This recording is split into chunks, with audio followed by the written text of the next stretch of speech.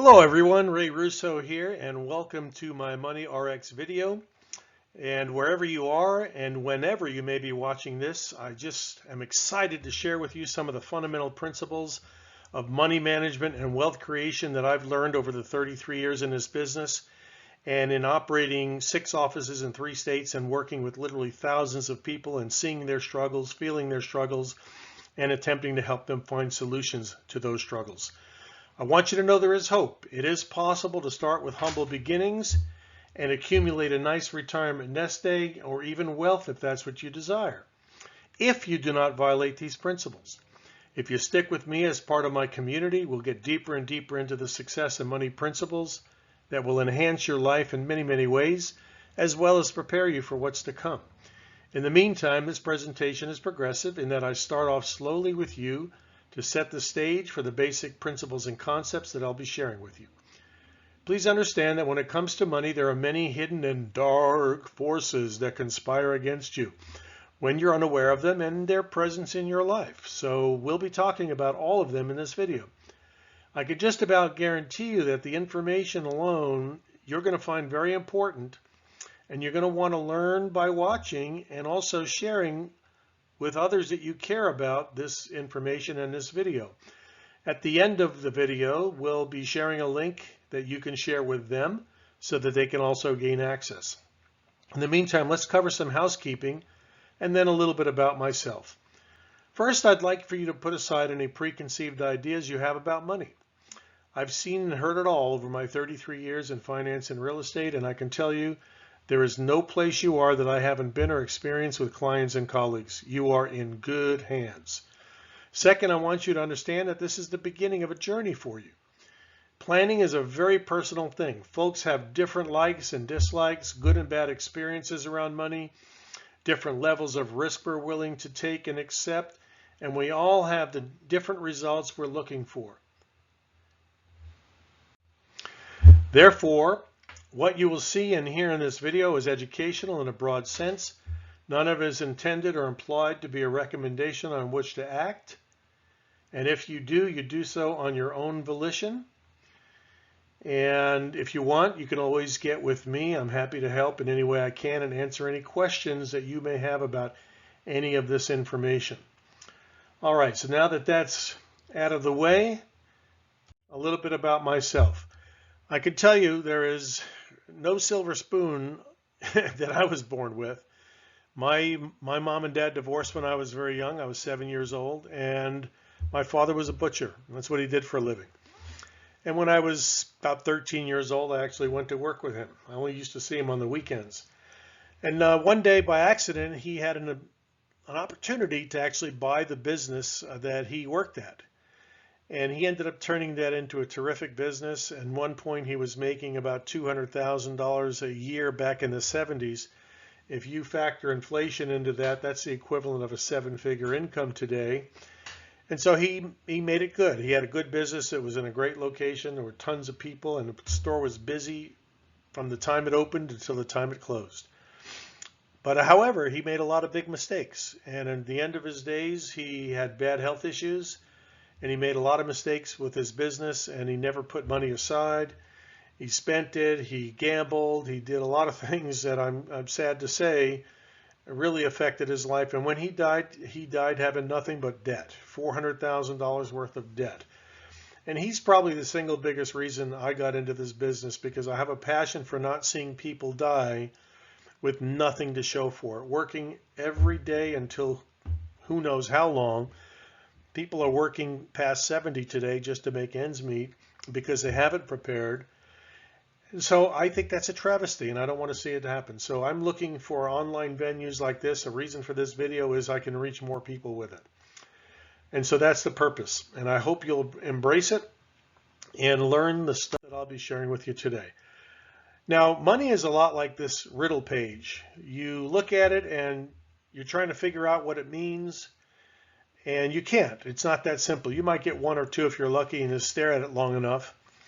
But when I tell you what they are, and I'll tell you the top 4 just so you understand where I'm coming from with this. But money is a lot like this. You know, we've been using it, handling it, earning it, spending it our entire lives, but few of us really understand it or what it takes to be successful. And it doesn't take much. It really just takes avoiding a lot of the mistakes you're making. So let's cover these first 4 riddles. From the left, the plot thickens. Second, highway overpass. An inside chance. Reverse discrimination. Now, the other ones are the same. You know, once I say what they are, you'll say, oh yeah, I can see that now. The light bulb goes off in the head and you suddenly understand. Money is like that. I'm going to share things with you today in a way that I hope will make the light bulb go off for you. And the first thing I want to share with you is simply this. Life has a way of going by pretty quickly. I think all of us know this instinctively, and yet procrastination takes over and we really don't understand how fast life goes by until we get older. My dad used to say life or youth is wasted on the young. And he's right. I didn't understand what that meant till I got a lot older. But if you look at that graph on the page, you see that as we are born into the world, we are an economic negative. We are below that line. Someone else is taking care of us. And it's probably not until 25, if we go to college, we come out, we hope to get a job. That's a struggle these days, coming out of college and getting a job. But if you do, now you start to be an earner. And you're certainly not at the peak of your career. You're just getting started. And maybe you're at the peak of your career, 35, 40 years old. Who knows? It depends. Everybody's different. Everyone's career is different. Point is, we all hope to retire at 65 or sooner, which leaves us 40 years to get the job done. And let me tell you, there isn't a person listening to this video right now that hasn't said, I can't believe how fast time flies. We all do it. And most humans tend to procrastinate, and at the end of their lives, if they're unprepared financially, they find themselves sitting in the rocking chair saying, what the hell happened? You know, time just passes by so quickly, and before you know it, it creeps up on you, and you realize that the game is almost over. You have what you have, and it's either enough or it isn't. Now what? Now there's no time to get it back, and it's too late to change deeply embedded habits that caused them to be there in the first place. The time to work on this is now. Time is the key component in getting ahead financially. So let's look at time in this chart again. Just stare at it for a second. I want it to really sink in. And when we come into the world, like I said, we're an economic negative, and before you know it, we're done. You know, we're looking at our golden years, we're retired. And here's the challenge. Medical science today is making it so that we live longer and longer and longer. Our money has to last longer.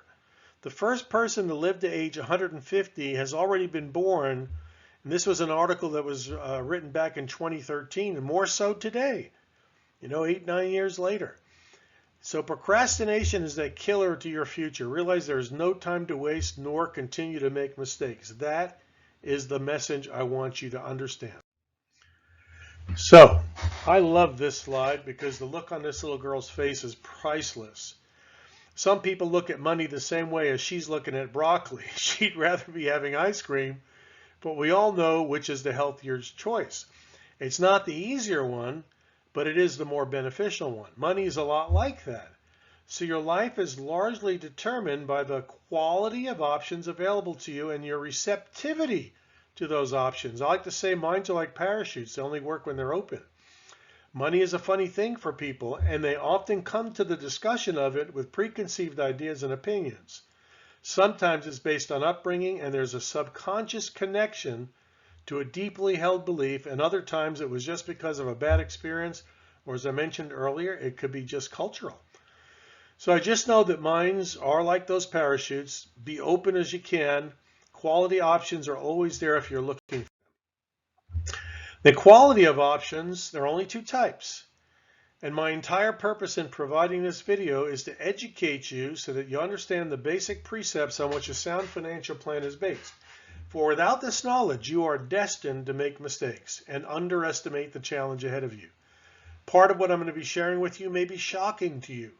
I would rather be shocking and honest than have you unprepared so that at the end of your days or as you're approaching retirement 5 or 10 years out, you're saying, oh my God, what do I do now? I just don't have enough money. So again, the quality of options available is directly dependent on the quality of information you receive, and there are only two types. We want to separate facts from myths. There are only two types. One is inaccurate and incomplete. We have all had that phenomenon of that Monday morning quarterback, well, I wish I could have, I should have, and after we had new information, right? So bad information leads to bad decisions, leads to poor quality options. On the other hand, if you had from the beginning accurate and complete information, would that not lead to high quality choices? Of course it would.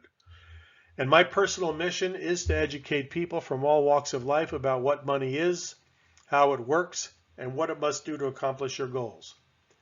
I believe that everyone is somewhere and they want to be somewhere else. My aim is simply to get you there and to get you to the top of that mountain. Whatever that mountain is for you, we all have a different idea about what that mountain is. Some of us just want to sit in the rocking chair and be comfortable, not worrying about paying the bills or putting food on the table. Others want to travel the world. They want to be active in businesses and investments. Whatever floats your boat, I want to help get you there. Let's first talk about what is financial freedom. That's a nebulous concept. We all talk about it. We all say that we want it. But what is it? When you work for someone, you're trading time for money. And when you have a small business, you're often, as has been said, the chief cook and bottle washer. And the business rises and sets on you, and you are a slave to it. And the only way you escape from this is by preparing properly for that day when you say, no more, I'm done, and have your golden years be just that, your golden years, filled with opportunities for memories with family and friends, and enough money to enjoy it all. So let's get into some of the financial specifics, but before we do, I want you to think about this. What is financial freedom? It's the time to travel, relax, study, think. Thinking is a big one for me. I don't know about you. I have a very busy life, and I get up early in the morning and I am doing things all day long, and I rarely have the time to think. I have to forcibly give myself permission and schedule time to think, plan, renew, refresh. But this is what retirement can do for you, is give you that time more so than you've ever had it, if you prepared and done the right things. Of course, it also gives you time for family, friends, service, life. And remember, always remember, time is your only non-renewable resource. You must not waste it. All right, here are the specifics. What are the four enemies? There's actually 5 here. I added 5 kind of last minute. We'll cover that briefly. But the 4 enemies to your wealth and accumulation for wealth and retirement are 4 things, primarily 5 things. Inflation, taxes, common practice, which I call the secrets of the broke in my book, 4, high interest consumer debt, and 5, long-term care needs.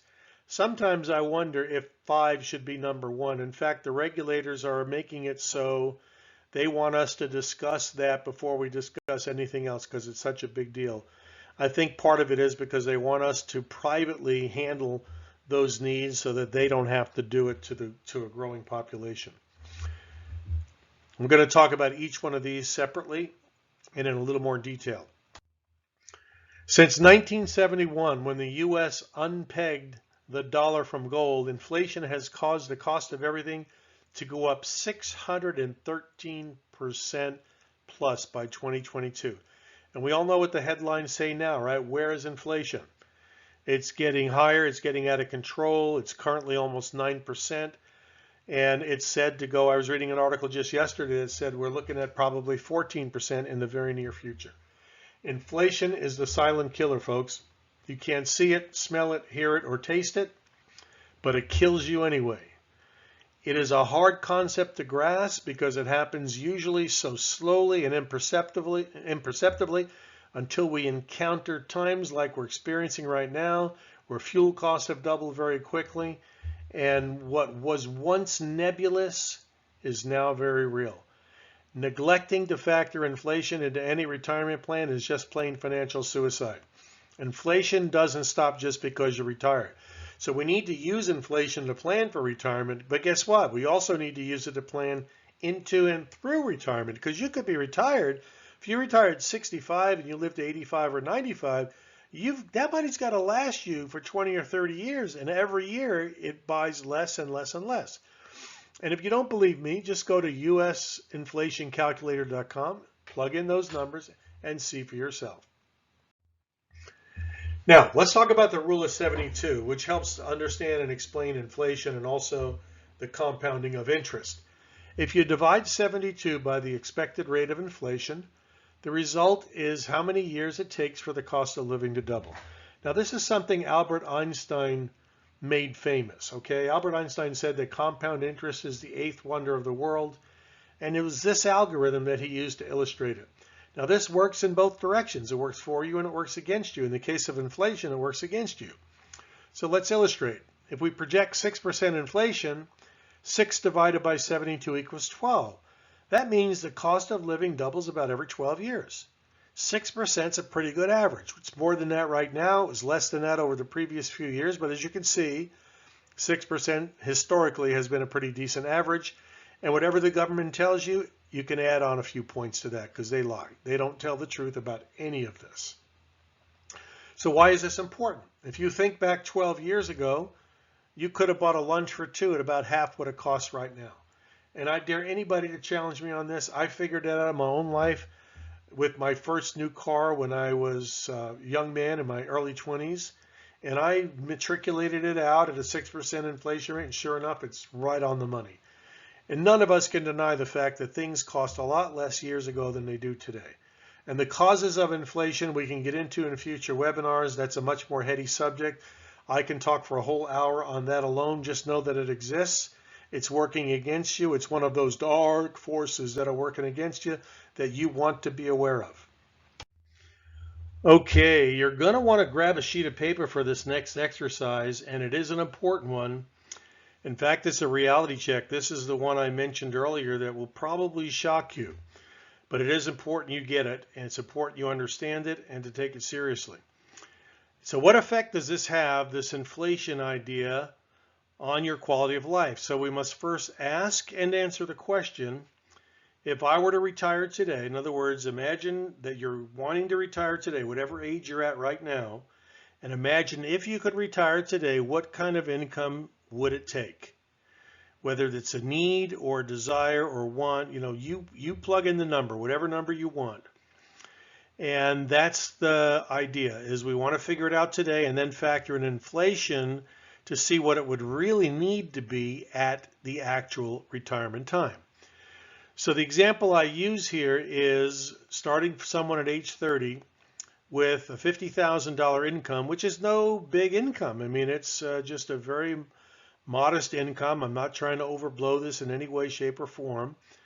And if we use 6% inflation, it really doesn't matter which one you use any one you want. It could be more, it could be less, whatever floats your boat, whatever you think is most appropriate, use it. And so at age 30, $50,000 would need at a 6% inflation rate. The cost of living would double to $100,000, folks. And another 12 years from then, $200,000. And then at age 66, it will take a $400,000 annual income just to buy what $50,000 buys today. Now, I've tested this, and I've gone back and looked at things I've purchased, major purchases like a new car when I was in my 20s, early 20s, and I doubled it every 12 years to what today's prices are. And let me tell you, it works. It is real. It happens. But like I said before, it's one of those things that you can't see it, smell it, hear it, or taste it. It kills you anyway. So what I want you to do now is plug in your own age, figure out what inflation rate you want to use. Use 6% because it's easily divisible into 72. And then you can always go back later and recalculate it any way you want and just see what it comes out to be. And just remember that inflation doesn't stop when you retire. It keeps going. If you live another 20, 30 years from 65 to 85 or 95, that money has to keep, sufficing your lifestyle. And every 12 years, it's going to buy half at that point. So keep that in mind. That's all part of the planning process. Once again, using the rule of 72, here you see it in a different perspective. You see the effect of money at different rates of return using that same rule of 72. There's still many folks out there who don't want to invest and prefer to place their money in a bank, the worst of all possible places to keep money. During times of crisis, banks are the first ones to close, other than the too big to fail banks. Certainly, those lasted. But during the savings and loan crisis of the late 80s and 90s, and more recently with the mortgage crisis in 2008, hundreds of banks closed their doors. And if you were forced with making a claim to the FDIC, good luck. The FDIC is a joke, holding about 6 cents for every $100 it holds in insurance. If you have an aversion to risk, there are safer places to put your money with no risk at all and far better potential rates of return. This will be the subject of a future live webinar series coming soon. For now, what do you do with your money? Let's look at the different rates of return. 3% doubles every 24 years if we're starting with $10,000. At the end of 48 years, you have $40,000. At 6%, you have $160,000, doubles every 12 years. At 12%, it doubles every 6 years. You have $2.56 million. Well, what do you notice about the difference between 3 and 12%? 12% is 4 times the rate of 3%, but is the outcome 4 times that of 40,000? No, it's 64 times more. This illustrates the power of compound interest, folks, and it's important you know and understand it, because the number one fear of retired Americans is running out of money before they retire or before they die. Here is another example of the importance of both time and compound interest. And we're going to talk about two investors, but the reason I'm showing this to you in a different fashion and a different format is I want you to understand in multiple different ways the importance of investing, earning a better and higher rate of return, and of course, doing it as soon as possible. Time is that major component involved in compounding. So we have two different people, person A and person B, both have a tax-deferred account earning 12%, but person A invests for 6 years only, $2,000 a year for 6 years, and at the end of 35 years, we have $959,793, 40 years. And you can see $12,000 invested becomes quite a bit of money, right? They started out early, they did it for 6 years, and they just let it ride. The second person doesn't start until person A stops. They end up having to put that money in for 35 years or so. They put in $70,000, and that money is $966,926. There's only about a $7,000 difference between the two, but person B invested 10 times more than the amount of the difference. Strange, right? So that's the difference with time and compounding. So if the $7,000 difference, and they put 70,000, it took them 10 times more the amount of money invested than the difference between the two numbers. This person invested 6,000, this person invested 7,000. They came to almost the same conclusion. During my over 33-year career in finance, and longer if you include real estate and real estate lending, as well as the experience we had in our multiple offices, my team and I worked with literally thousands of people, families, and businesses. And what we found to be true more often than not is that most people end up financially insecure. For what reason? Most people attempt to provide financial security and accumulate wealth for those they care about. However, they don't have a fully thought out plan. You know, the old saying is, we don't plan to fail, we fail to plan, and are therefore inefficient. While savings is often haphazard and inconsistent, because most people, what they tend to do is spend first and then try to save. What they should be doing is save first. We recommend at least 10% of the income coming in, and then discipline yourselves to live on what's left. Your saving money should dictate your lifestyle, not the other way around. We want you to have your cake and eat it too. And so we're going to begin to pull these ideas together in a real example so you can get a feel for what we're dealing with. Let's say you earned $4,000 a month. That's $48,000 a year. Over your lifetime, you'll earn just under $2 million. And what will you do? You'll spend it. However, what if you invest 10% of that money each month long term? What would that look like?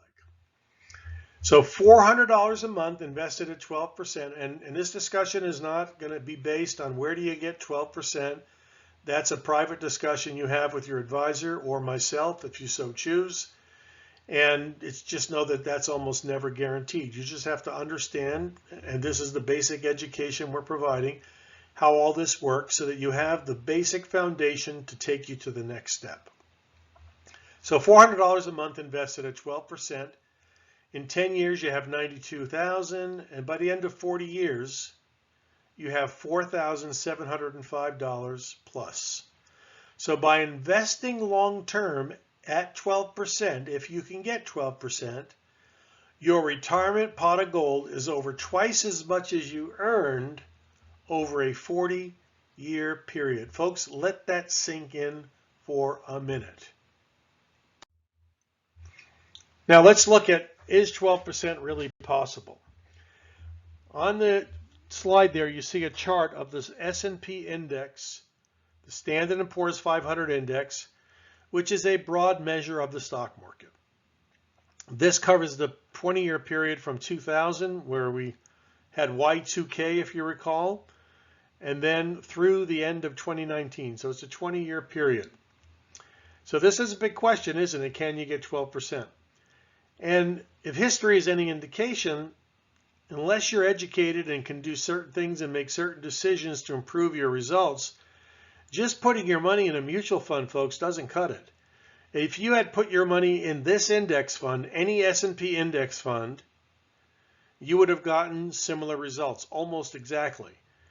And the results look great, right? In positive years, why people invest in the markets is because they want higher rates of return. You can see we had a 23% year, we had a 29% year, another 23% year, another 26% year, a 13% year. But guess what? We had some losses. Some of them were pretty big losses. In 2008, the mortgage crisis, 38.49% loss. And Y2K and the following 2 years after that, we had back-to-back losing years. That's the first time that happened since 1939, where we had 3 back-to-back losing years, and it totaled another 47%. When you add the pluses and the minuses together, your average was 5.35%. And most people think they're in the markets because they're going to get a better rate of return. That's not necessarily the case. There are ways to get 12%, but let's start with the basics, all right? The main thing you need to understand is that this is not so simple and depends on many factors. For example, a person or a couple's time horizon, their risk tolerance, their perceptions, their education, their ability to understand the fundamentals, income and tax situation, and so on. All right, now we're moving on to number 2, the enemy number 2 of taxes. The questions I have for you is, do you think taxes will be higher or lower in the future? I think if you look at the news and the headlines today, we've got President Biden looking to hire 87,000 more agents with guns. I'm not joking, folks. It's in the papers. I mean, it's all over online. Many articles have been posted about it. Taxes, they're coming after our money, folks. Taxes are going to take a bigger bite out of your income than you would like. So understand that the tax code does not favor the employee, all right? It favors those that are self-employed. A very large percentage of non-self-employed individuals are not taking full advantage of the tax code. How do you change that? Well, one way to change that is to start a business. Another way to change that is to make sure you are taking full advantage of all the things available to you in the tax code.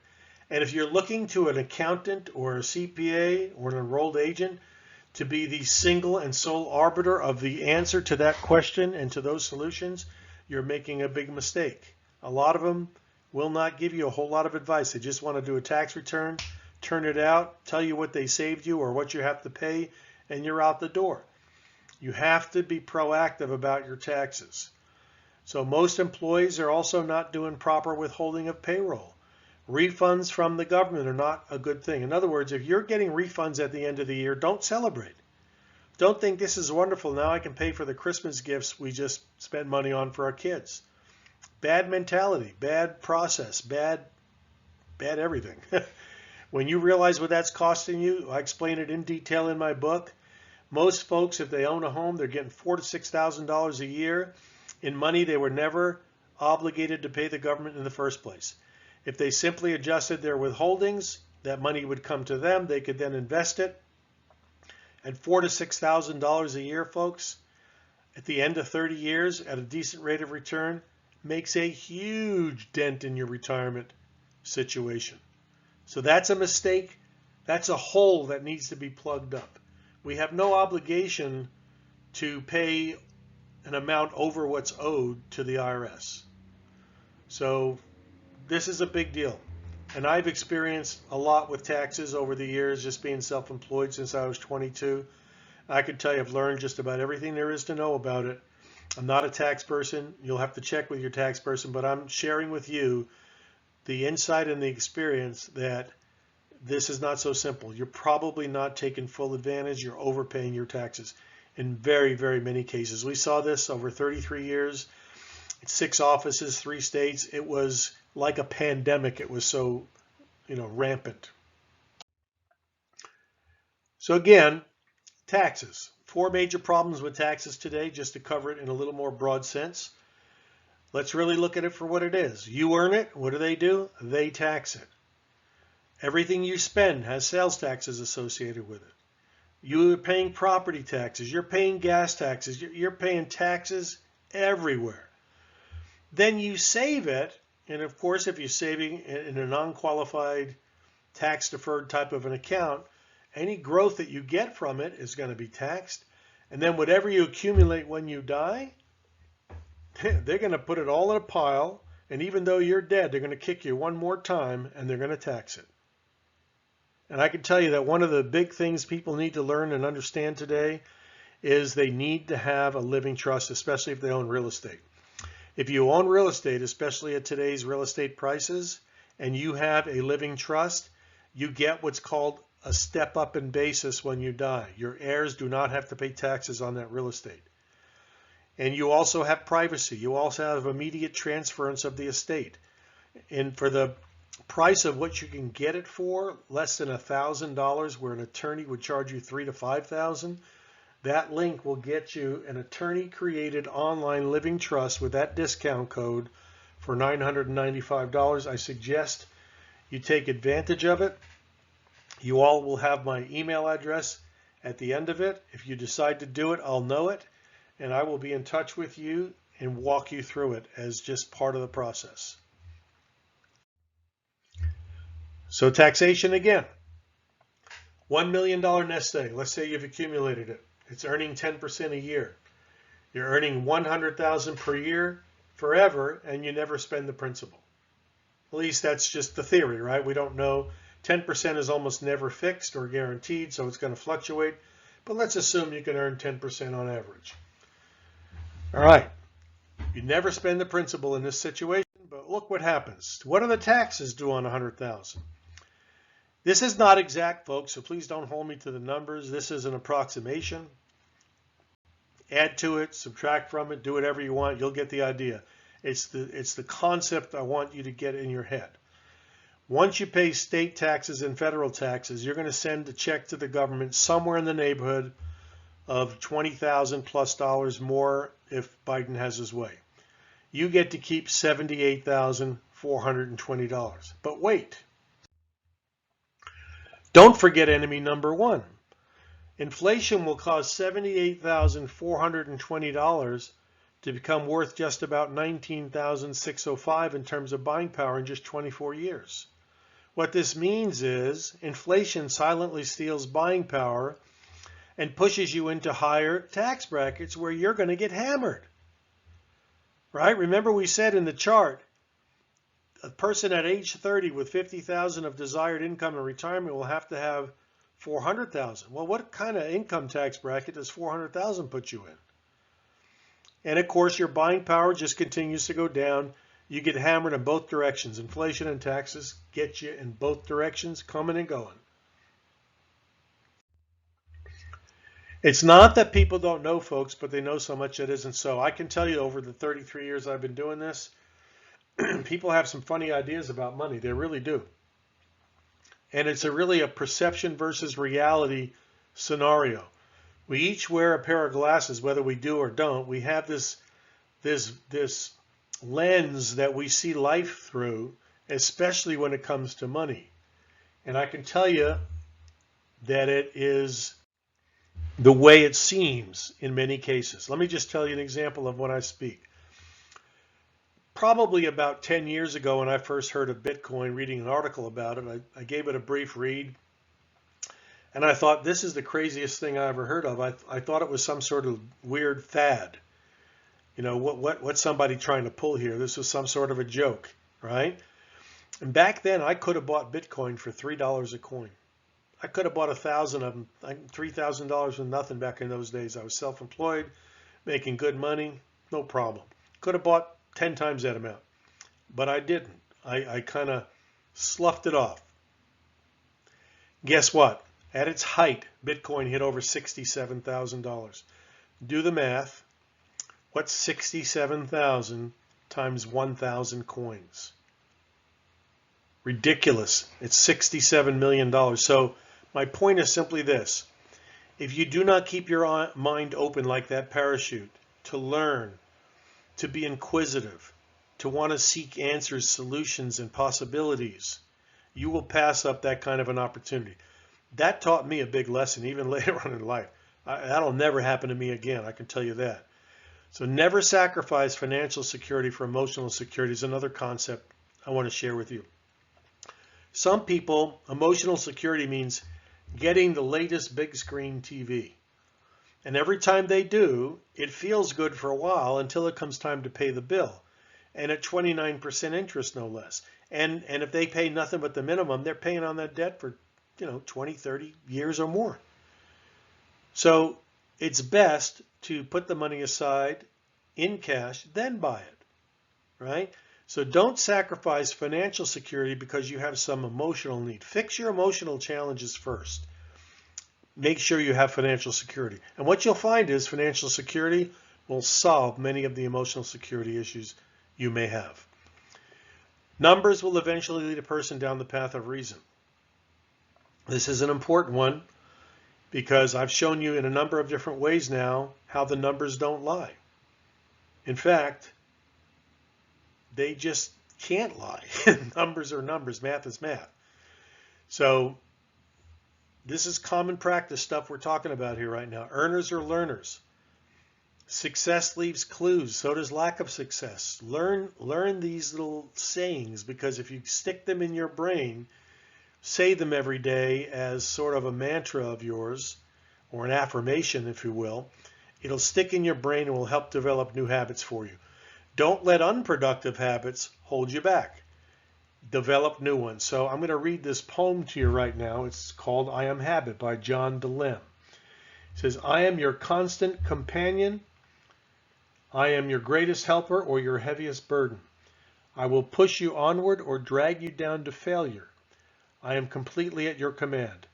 Half the things you do, you might just as well turn over to me, and I will be able to do them quickly and correctly. I am easily managed. You must merely be firm with me. Show me exactly how you want something done, and after a few lessons, I will do it automatically. I am the servant of all great men, and alas, of all failures as well. Those who are great, I have made great. Those who are failures, I have made failures.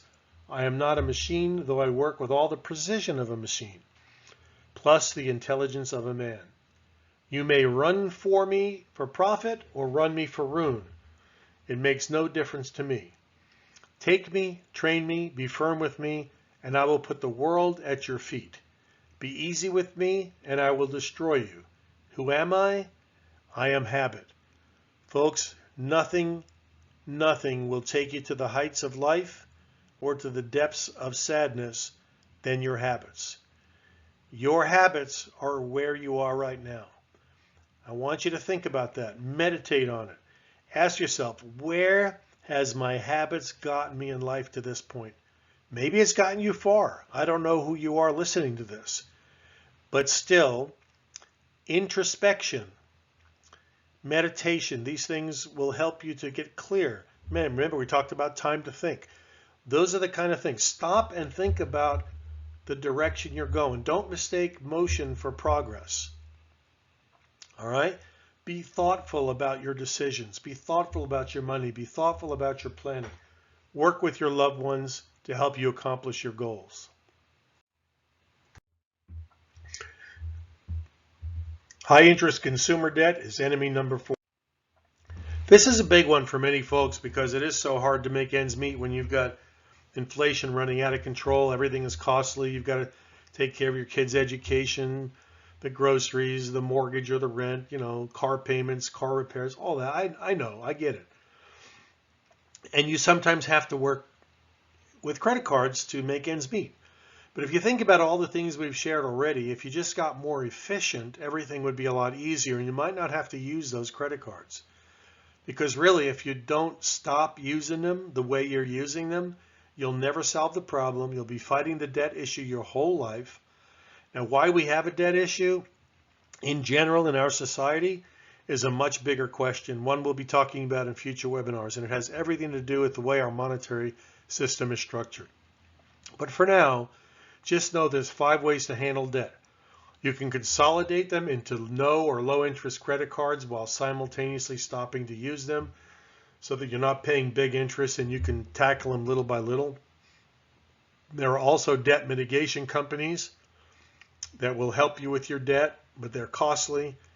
You can often get 0% interest on new cards and new credit lines for a period of time, but they'll charge you 10% to do it. You can use debt consolidation companies, but they can be also costly and they harm your credit. So your credit, then you have to fight getting your credit score fixed. You can also refinance your mortgage. Well, maybe that's the way you have to do it if you can. Now rates are going up, it becomes less feasible. But remember that when you refinance your mortgage, and of course you may have to pay off your debt just to qualify for the mortgage, I understand that. But if you don't, and you had another way to do it where you could pay it off in 2 to 4 years and not have it in your mortgage where you're paying for 30 years potentially, then maybe refinancing your mortgage with your credit debt is not the right way to go. Something to consider. And then number 5 is using the right methodology. This is something I perfected, and I can get it done in an average of 3 years for anyone instead of the 30 to 40 years. And I'm creating a spreadsheet tool that helps you construct the methodology easily and track your progress. You want to tell all your family and friends about it, that there is hope in getting out of debt, and you don't have to throw a lot of money at it, folks. It's just a methodology. It's like anything else. It's how you do it. There are good carpenters, there are bad carpenters. There are good teachers, there are bad teachers. There's good debt and there's bad debt, and there's a good way to pay it and a bad way to pay it. Debt in and of itself is not bad. What is bad is how you use it and the understanding of the access to the money in creating wealth as opposed to creating debt for debt's sake on nonsense. I know people, wealthy people, very sophisticated people, they use credit cards for quick money. They don't care about the debt or the interest rate because they know that the thing they're doing is going to pay it off very, very quickly in one lump sum if need be. That's where I want to see you get. Okay, so the 5 deadly myths, we're coming down to the last few slides, folks, so stick with me. The only bad inflation is double-digit inflation of the 1970s. Well, we've had low inflation until recently for many years. And yet inflation continues. It still has an average far above the low interest inflation rates that we've been paying. And it will continue to be that way throughout history. History repeats itself. So there's no such thing as the only bad inflation is double-digit inflation. Inflation in any form is bad and it works against you. 2, save your money and put it in the bank. That's grandpa's old mentality. My grandparents were immigrants from Italy, and I can remember as clear as a day when I was about 5, 6 years old, my grandfather would bounce me on his knee and tell me, son, When you get married one day, when you get older, you marry, you meet a nicer girl, you get married, you have a nicer job, you're saving your money in the bank. That's the way he spoke to me. And I tell you, this advice gets handed down from generation to generation. And what I'm attempting to do here is break the cycle of bad information for you so that you can prosper. Number 3, everything you need to know about money you learned in school. Folks, the fact is you learned nothing about money in school. I mean zero, zilch, nada, nothing. I have friends, and through conversations we've had, I would share some things with them about how to raise their kids and teach them about money principles. And several of them, their kids are probably going to be millionaires or close to it by the time they leave college. 25, 30 years of age, they'll be millionaires. There's no question in my mind. Just the thing. In fact, I got a call from one of them just the other day because I go see them. They actually happen to be good friends. I see them and I always bring recyclable bottles over to the youngest son.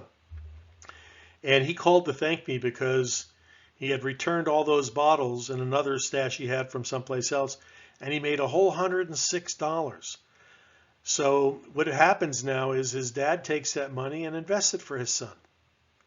And he's teaching his son a valuable lesson, you know, how to work, how to solicit, and how to talk to people about getting, hey, can I have the bottles you're going to throw away? He's done that with a number of restaurants. His family, his mom and dad would take them out to dinner, and he'd literally, this kid is 6 years old. He goes up to the owner of the company and says, can I have your bottles? It's the cutest thing. But the message is, he didn't learn this in school. He learned it from his parents. We've got to start teaching our parents the right things about money and how to use it, how to spend it, how to invest it. 4th, and this is a big one. I hear this a lot all over the country. People, oh, when I'm retired, I'll be in a lower tax bracket. Baloney. Inflation alone is going to force you into a higher tax bracket. And then you got nothing but time on your hands to spend your money, and your health care needs are going to be higher. It doesn't stop, folks. This is a myth. Don't buy into it. 5, your Social Security contributions are safe and growing because they are in a trust fund. I'm not kidding you, folks. In 1995, I was doing seminars at a local college, and I had a Forbes magazine article that said that the trust fund, the so-called Social Security Trust Fund, had already expected $6.5 trillion in unfunded liabilities because they'd gone to the trust fund too many times. I don't know where that money's going. I don't know what it's doing. And of course, even the mention of having a Social Security fund that's discretionary, that people can put aside for themselves, is, oh, no, we can't have that. Why? Because our government wants control of the money for their pet projects, their favorite people, the theft, and the graft that happens along with it. In case you haven't figured it out yet, our government is corrupt, and the Federal Reserve is at the heart of it all. Money facts. There are only 3 things you can do with money, folks. You can spend it, you can loan it, you can own it. Ownership dollars is owning a business, owning stock, or shares in a mutual fund, but you've got to understand how to do that. Real estate, etc. Loaning it is bond interest rate risk is what you have there, lower returns. Basically, we're talking about bonds. Bonds are loanership, what we call loanership dollars. And guess what? As inflation rates go up, the principal value of bonds go down, which is happening right now. So that may not necessarily be the safest place. It's considered safer. It's considered safer for a couple of reasons we won't get into now, but right now it's not so safe. There are only 3 retirements in which your money can grow. This is a big one. Taxable. Earnings are taxed ongoing on a Schedule A on your tax returns. So whatever your tax bracket is, you'll get taxed at that rate unless your earnings are sold. If they've been held for more than a year, then you'll pay it at a different rate, which would be your capital gains rate, which is typically lower than your earnings rate. And again, they're looking at changing that too, so who knows where it's going to be. Tax deferred. Okay, this is a very controversial subject because nobody really explains it right. But we're talking tax deferred. We're mostly talking about 401ks, IRAs, and the like. And the question I have for you folks, and I want you to think about, is this. Is it really better to get a tax deduction on the seed capital you contribute to an IRA or 401k, only to have it grow tax deferred, and if you've managed it right, you've earned a decent rate of return, now you got a big lump sum of money 30 or 40 years later, and now you're going to pay taxes on compounded inflated dollars in an unknown tax bracket. So I can guarantee you, because I figured out the math, you will pay more in taxes in your first few years of distribution than you saved in 30 from your tax deductions. This is a fact. This is not hyperbole. Remember, numbers don't lie. I could show anybody the numbers. I've run them on spreadsheets. I've spent hours and hours doing it, and I've been doing it for 33 years. People like it, though. It's the low-hanging fruit. Tax accountants like it because, they can say, oh, look how much money I saved you because I recommended you put money in this IRA or this Solo K or this 401k. Now, 401ks may be a little different if you have a good match. If you have a good match, then your employer's dollars are paying a lot of the taxes in the future, but still that has to be examined. All right, that has to be looked at. And then you look at the taxes that are going to happen in the future, and the rates. What are they going to be? Most of us would never enter into an agreement where there was that much of an unknown going into the future. We just wouldn't do it. And now with the new Secure Act, even the transference of these accounts have changed. You used to be able to stretch them to a beneficiary, even a grandchild's age, and stretch it out to their required minimum distribution date. Now you can't do that. You have to force the distribution within a 10-year period in most cases. There are some nuances to that. Suffice it to say that it gets worse and worse for those people that are putting in money in tax-deferred accounts like IRAs and 401ks. All right, 3, tax-free. Contributed after tax, grows tax-deferred, potentially tax-free. There are ways to get that, more than one, and we can talk about that in future webinars. Contribution, accumulation, withdrawal, and transfer. As you can see, the first headline in black, IRA 401k qualified plans not Roth. The contribution and accumulation is tax favored because you're getting a deduction in tax deferability. However, your money is taxed upon withdrawal and it's taxed upon transfer. Maybe not the best situation, maybe something you haven't thought of, because we tend to be a fast food kind of world, right? We're worried about right now. We're worried about the taxes we can save right now. There's better ways to get tax deductions, folks. One of them is investing in real estate. I do not favor IRAs and 401ks for the reasons I've stated. However, I do them. People just want them. I'll do them, but I want to explain to them the facts of life. The numbers just don't make sense. Honestly, they can make sense in certain situations, but in most situations, they do not. Non-qualified alternative, you're contributing with after-tax dollars. Your accumulation can be tax favored. Your withdrawal can be tax favored. And your transfer can be tax favored. But again, these have some nuances that are not the subject of this webinar. And then, of course, there's some things you can do with your home equity down the line. Again, not the subject of this webinar, but you can have your cake and eat it too, again, with tax favored everything across the board. That takes a fair amount of education to get you to the point where you understand that. Again, this is a basics conversation we're talking about, and so we want to stick with that. Okay, folks, we've come to just about the end of this presentation. We've talked about many things, and you may be wondering, how do I get a 12% ROI, or any number of other questions you may have. I may have even questioned traditional wisdom on a number of points. I guarantee you I can back up everything I've said with reality. And again, that is just typically the subject of another webinar. It depends on everyone's individual circumstances. We're all different. We said that in one of the first few slides. But KYC rules If you've ever invested in cryptocurrency, you know that when you open an account on an exchange, they have KYC regulations to comply with. Well, that's basically know your customer. Know your customer rules. That's actually a law, a rule in financial services that makes sure that we understand who we're dealing with and that we have the information we need to make recommendations, which I obviously can't do in a video. What I can offer all of you is a 30-minute complimentary consultation where we can get clear on your goals, your challenges, your objectives, and decide mutually if there's a fit for us to work together. And on the screen at the bottom there, you see I've provided the trust link again. If you want to get that trust with that $200 discount, it's only $995. I challenge you to get an attorney-created trust for less than $3,000. And if you have real estate that's appreciated real estate, you would be crazy not to take me up on that and to do it for yourself, more importantly.